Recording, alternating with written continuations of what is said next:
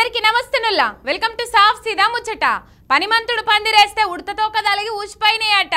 అగో బీజేపీల ఏలుబడిలా కట్టిస్తున్న కట్టడాలన్నీ కట్టెపుల్లల లెక్కనే ఇరిగిపోతున్నాయి దేశంలో ఏడ బ్రిడ్జిలు కట్టినా బిల్డింగులు కట్టినా ఎయిర్పోర్ట్లు కట్టినా అన్ని తడకల పందిరి వేరమే కూలిపోతున్నాయి ఢిల్లీ ఎయిర్పోర్ట్లో ఘోరమైంది టెర్మినల్ 1 కాడ క్యాబులు ఎక్కిన పాపానికి పైకప్పు కూలి ప్యాసింజర్ పానం ఇడిచిండు అది కూడా చిన్నపాటి వానకే పైకప్పు అట్లా అప్పప్ప అయిపోయింది ये इसका सपोर्ट बस है ना उसको काट के तो निकाल सकते हैं आराम कहाँ गई हालात देख लो बस ये सपोर्ट है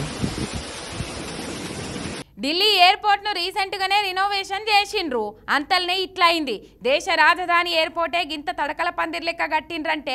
ప్రజాధనాన్ని ప్రభుత్వాలు ఎసొంటోళ్ళ చేతుల పెడుతుర్రో చూడుండ్రి ఈడి కథ ఇట్లున్నదా ఛత్తీస్గఢ్ జబల్పేర్ ఎయిర్పోర్ట్ లో కూడా గిదే కథ అయింది వాన నీళ్లు పడే పైకప్పు కార్ మీద కూలితే కార్ అంతా నుజ్జు నుజ్జు అయింది నయం ఆ టైంలో కార్లు ఎవ్వరు లేకపోయే వరకు ఎవ్వరికి ఏం కాలేదు ఉంటే మాత్రం జీవిడిచేటోళ్లే బీజేపీల హయాంలో ఏం కట్టినా గిట్లనే ఉంటున్నది ఇక అయోధ్య సింగారం కూడా చూస్తూనే ఉన్నాం కదా చిన్నవానకే గుడంతా వరదల మునిగింది డ్రైనేజీ సిస్టమే లేకుండా గుడి కట్టిర్రంటే నిజంగా వాళ్లకు దండేసి దండం పెట్టాలి మరి అన్ని వందల కోట్లు ఏడ ఖర్చు పెట్టిర్రో గాని గింత అధ్వానంగా గుడి కడతారనుకోలేదని భక్తజనం మండిపడుతుర్రు ఊర్లో కట్టిన గుడన్న బందవస్తుంటది ప్రధానమంత్రి కుర్చేసుకొని కట్టించిన అయోధ్య రాముడి గుడి చిన్నవానకే చిత్తడవుడు చూసి ఆ రాముడే బీజేపీల బండారం బయట పెట్టినని అంటుండ్రు